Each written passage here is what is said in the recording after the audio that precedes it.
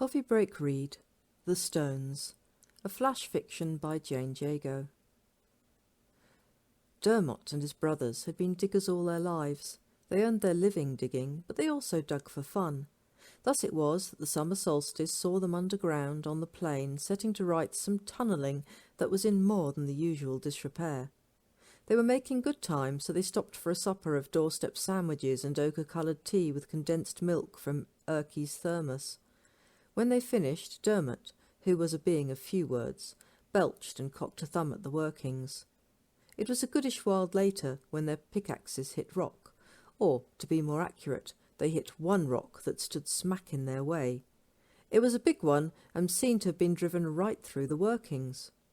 Erky gave it an experimental shove, and it rocked slightly. "It's as loose as a rotten tooth," he grunted. "Do us taken out?" They looked to Dermot, who licked the rock and sniffed carefully around the soil at its base. For a minute he frowned as if trying to call something to mind. Then he shrugged his meaty shoulders and gave Erky and the lads an upward-pointing thumb. They set to work, scrabbling and scrooging in the dirt. To the uninitiated their approach would have looked shambolic, but there must have been some science involved as the stones slowly began to list to one side. "Easy do it, boys," Erky recommended. "Us don't want 'em down here in the tunnel with we." The wisdom of this was generally acknowledged, and the work slowed to a snail's pace. Above ground, in the pre-dawn darkness, the men in white robes danced around the stones. The henge had been there since before the ancestors of their ancestors, but the druids still came there on certain nights to enact their rituals and pray for the souls of those who had already gone to the god. As the sun began to rise, the dancers felt movement beneath their feet. This was not something they had ever known before, and one by one they grew still and a little afraid. As the light reached the standing stones, they watched with a sense of horror that reached deep into their souls as the giant that was the king's stone rocked on his foundations and began to tilt drunkenly. The high druid would have rushed forward, but his acolytes held him back by main force.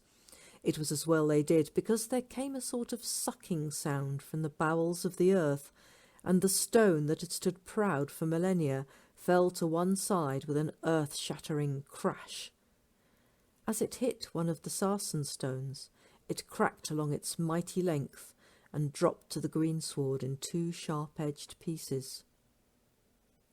In the absolute silence that followed this disaster, a brown face poked its way out of the earth beside where the stone had stood, and a pair of bright brown eyes blinked in the dawn light.